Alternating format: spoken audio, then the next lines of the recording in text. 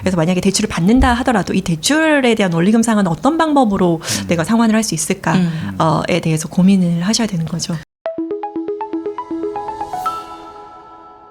근데 지금 진짜 너무 대출이 제일 뜨겁네요. 키 이슈인 것 같아요. 맞습니다. 하더라도 뭐 스트레스 네. DSR 그거 3단계. 말고도 지난주에 네. 우리 부행장님들 다 수집당해가지고 그쵸, 16일 날. 뒷짐 주고 벌써 쓰면서 왜 대출 많이 해줬어? 그러니까 이제 막 고개수 갑자기 네, 네. 그날 막 농협 대출 닫았잖아요. 날라가고 네. 신한도 끊기고 네, 막 네. 그렇게 됐잖아요. 네. 좀 남은 은행 있어요, 그래도? 아, 그럼요. 이제 남은 은행이 있는데 지금 아시다시피 이제 시중은행 같은 경우에는 어차피 이제 1금융권이고 은행법 적용을 받는 그런 은행 연합회에 소속된 기관들이기 때문에 금융이나 금감원 같은 이제 상위 기관에서 부르면 무조건 따를 수밖에 없는 그런 구조적인 그런 한계가 있잖아요. 그리고 그렇게 하는 게 맞고 그래서 지금 이미 가계대출 총량을 올해 사실 경제 성장률을 저희가 이제 3.8% 정도로 예상을 하고 출발을 했는데 경기가 안 좋다 보니까 다시 그게 한 2%대로 내려왔어요. 그러니까 네. 그 정도에서 이제 가계대출 총량을 다시 줄여서 맞춰야 되다 보니까 이미 상반기에 그걸 다 달성한 은행들도 많고 그래서 이제 하반기에 지금 총량이 너무 부족해요.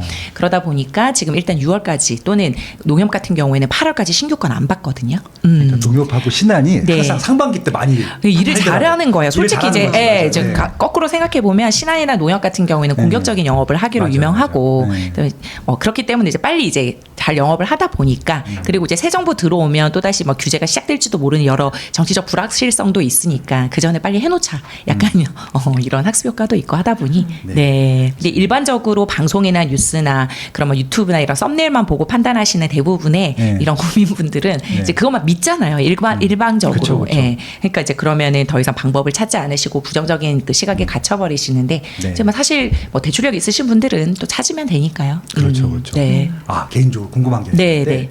지금 줍줍들이 계속 나오고 있어요. 네. 근데 이미 입주한 아파트들 있잖아. 네. 줍줍 나오면 올바포. 잔금을 어떻게 해? 근데 그 등기가 안 나온 곳들은 어떻게 해? 등기 집단 안- 대출 안 나오잖아. 네, 그 그거 어떻게 등기가 해야 안 돼? 나온 거는 저희도 도와드릴 수가 없고, 없어. 근데 이제 서울 수도권 같은 경우에는 이제 보통 그래서 전세로 맞추는데 그래도 전세로 맞추는데. 전세를 맞추기 전에 일부 작가 쓰는 대부 상품 정도는 있어요. 예. 근데 이제 아시다시피 미등기 같은 경우에는 일반적으로 은행이 못 들어가고 그 전에 지정 은행들이 여전히 열려 있는 곳도 아. 있을 수 있거든요. 네네. 그러면 그 은행을 좀 이제 부동산 사장님이나 또는 조합에 좀 알아보고 글로 이제 연결이 되는 경우가 훨씬 많죠. 아니 디포화도 나온다 그래서 했잖아. 네, 예, 근데 그거 지금 끝났잖아요. 네. 그러니까 이게 무슨 얘기인지 모르시는 분들은요. 보통 이제 아파트 입주하면 입주 전에 집단 대출이 나오거든. 등기 안 나온 상태에서 은행이 그냥 책임지고 대출을 해주는 것들인데 네. 입주장 끝난 다음부터는 그게 없어지잖아요. 맞아요. 그러면은 등기 부등본 안 나오면 대출이 좀 까다로워지는 거잖아요. 어렵죠. 아예 어려우니까. 대출 상담사나 일반 은행들은 처리를 못 하고 그다음에 이제 이 되는 은행을 진짜 이거는 찾아야 되는 거고. 근데 사실은 서울 수도권처럼 그러니까 입지력이 좋은 곳에 청약이나 분양권 잔금 대출 하시는 분들은 또 방법이 다 있어요. 근데 그렇구나. 문제는 네. 지방에 미분양 나는 곳이나 약간 입지력이 떨어지는 곳은 저희도 도와드릴 방법이 없어요. 서울의 신축 아파트라는 게 그러니까 지금 현재 기준으로 싸다 비싸다 물 당연히 이제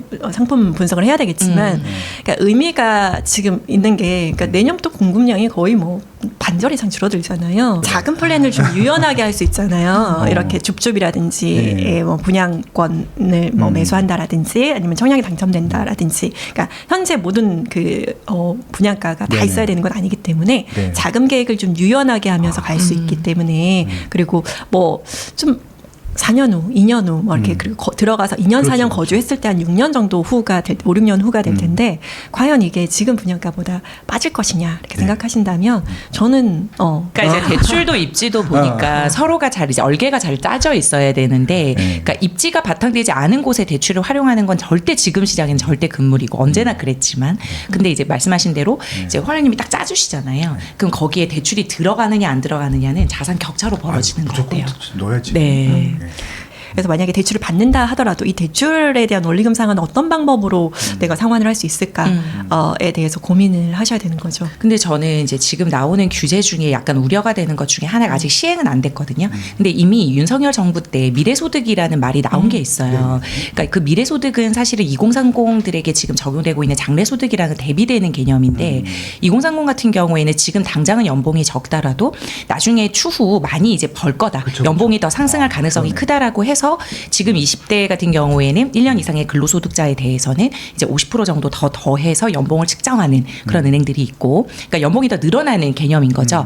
그리고 30대 같은 경우에도 한 20%, 한 17%대 정도로 해서 연봉을 더 책정을 해주는, 이제 그래서 2030은 지금의 연봉보다는 많은 소득을 책정을 받고 DSR에서 유리하게 출발할 수가 있는데 4050 또는 60 이후부터는 사실은 언제 은퇴할지 모르잖아요. 그러니까 소득이 언제 끊길지 모르니까 은행 입장에서는 그 원리금 상환 능력이 부족한 차주로 변모할 수 있다라는 이제 위험성이 크기 때문에 지금은 사실은 40이나 50이나 DSR 그 원리금 같은 이런 이제 소득 증빙 서류만 들어오면 그에 맞춰서 똑같이 뭐 그 20대나 30대 나이 상관없이 대출이 나가지만 지금 이제 앞으로는 만약에 대출 총량 규제가 계속되고 대출 규제가 계속돼야 된다라고 하면 이 미래 소득을 이제 적용받을 수밖에 없는 5060 같은 경우에는 소득 범위가 줄어들 수 있어요. 즉 대출받기 어려워질 수 있습니다. 5060까지는 그래도 직업이 있으신 분들이 있으니까 6070 분들 은퇴하신 분들 있잖아요. 연금 소득으로 해서 보통은 이제 증빙 소득을 하거나 또는 대체 소득, 추정 소득으로 많이 하시죠. 그러니까 연금 소득이 있고, 그러니까 이 연금이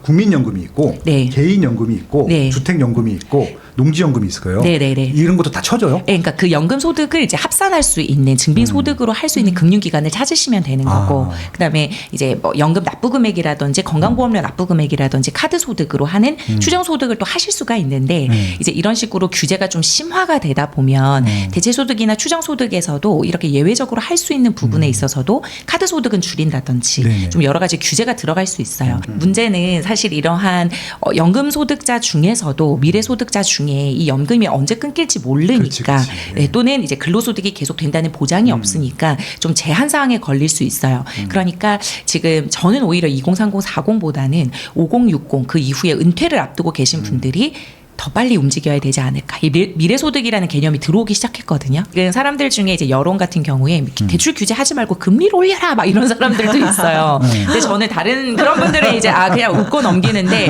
금리를 올려서 금리가 제대로 제일 직방이지 않았냐. 22년, 23년을 봐라. 금리를 고금리로 올려버려라. 막 이런 사람들은 그래도 조금 그래? 약간 이렇게 조금 될 수가 있기 때문에 금리 때문에 사실은 이제 변동금리 차주의 불안성을 차치하기 위해서 사실 스트레스 DSR이라는 제도가 들어온 건데 네. 왜냐하면 고정금리로의 비율을 유도하기 위해서 그렇죠. 그래서 지금 많이 성공을 하고 있거든요. 네. 지금 원래 우리나라는 변동금리형 차주가 70% 이상이었는데 지금 바뀌었습니다. 고정금리 차주가 훨씬 많아졌고 그걸로는 이제 성공을 했는데 문제는 다른 기타 대출들에 있어서는 변동금리 차주가 여전히 많기 때문에 네.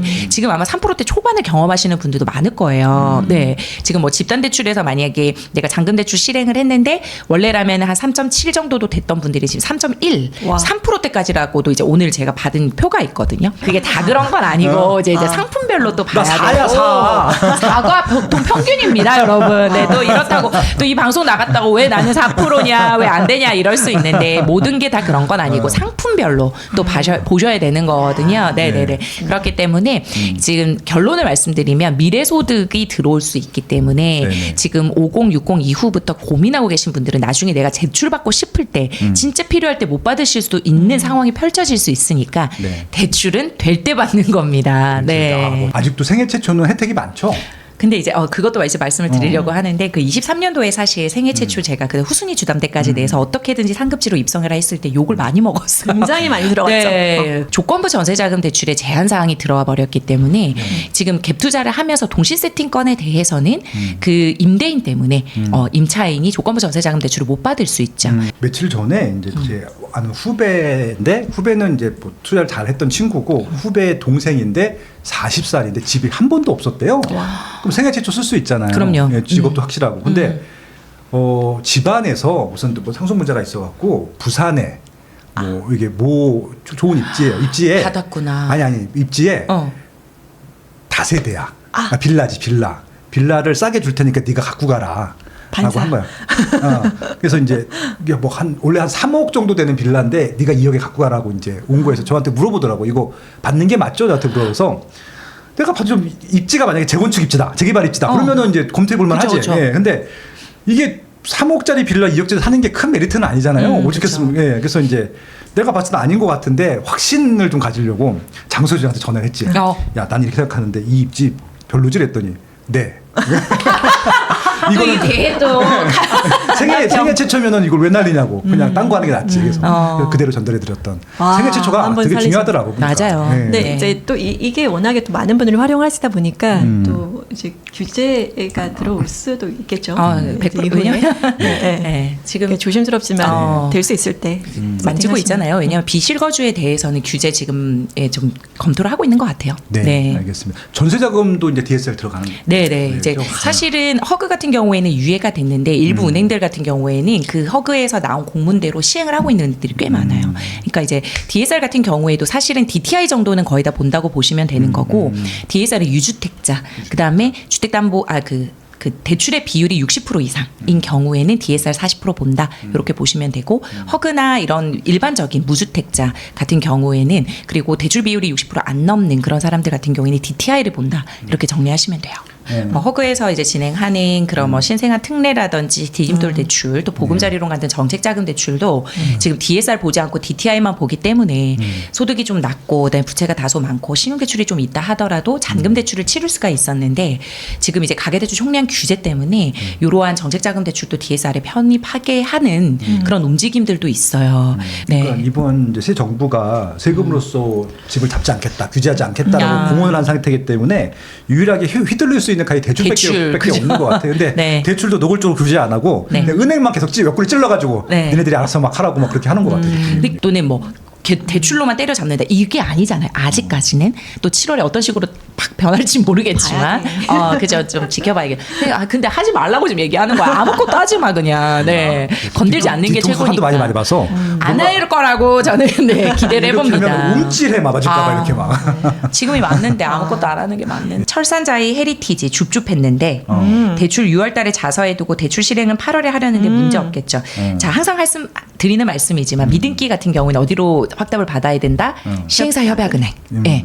지정은행 가셔서 이러한 부분은 확실히 확답 받고 진행을 하셔야 됩니다. 그러니까 제가 실행해 드리지 못하는 거에 대해서 상담하고 확답을 드리는 거 무책임한 거예요. 네네. 그렇기 때문에 진짜 대출을 실행하는 곳에 가셔서 상담 받으시고 꼭 확답 받으시고요. 치아울님, 네. 대출 규제가 나온다면 중도금 대출에도 영향이 갈까요? 비조정 지역일 경우 세대당 2건 가능한데 없어지진 않겠죠? 불안하네요. 아직까지는 중도금 대출에 대해서는 규제가 들어가지 않았어요. 그래서 말씀하신 대로 비규제 지역 2건까지 가능하기 때문에 가능할 때 하면 되는데 사실은 이 대출 규제가 언제 어떻게 사실 튀어나올지 모르는 부분이잖아요. 예전에 중도금 대출 같은 경우에는 분양가 9억 원까지였다가 다시 12억 원 제한 사항 걸렸다가 지금은 없는 걸로 됐고 그다음에 세대당 2건 가능한 거 규제 지역 1건 가능한 거는 여전히 지금 걸려 있는데 네. 나중에 규제가 만약에 심화가 되면 당연히 중도금 대출에 대한 규제가 들어올 수도 있으나 그건 언제 어떻게 들어올지는 저희가 지금은 알 수가 없다. 네. 그렇습니다. 근데 어차피 대출 뭐 이 받은 것들에 대해서는 중간에 끊지는 않죠. 그 원리금 상환이 유예가 되거나 아니면 연체가 되지 않는 이상 괜찮습니다. 그래서 이번에 그러니까 그 전에 그러니까 대출 규제가 들어오기 전에 받으신 분들이 승자죠. 네. 그러니까 연체만 안 하시면 되죠. 2주택 전세 태고 대출 가능한가요 지금? 이게 다주택 주담대에 대한 의문이시잖아요. 거의 대부분 막혔습니다. 누구도 가르쳐 주지 않지만 꼭 해야 하는 일. 나에게 가장 가까이 있지만 멀게만 느껴지는 일. 남들보다 빠르게 시작하는 것이 유리한 일. 내가 하고 있는 일은 내 집 마련과 투자입니다. 교통망, 상가, 입지, 세금, 청약. 나는 이 모든 일을 스마트 튜브 경제 아카데미에서 시작하고 있습니다. 스마트 튜브 경제 아카데미.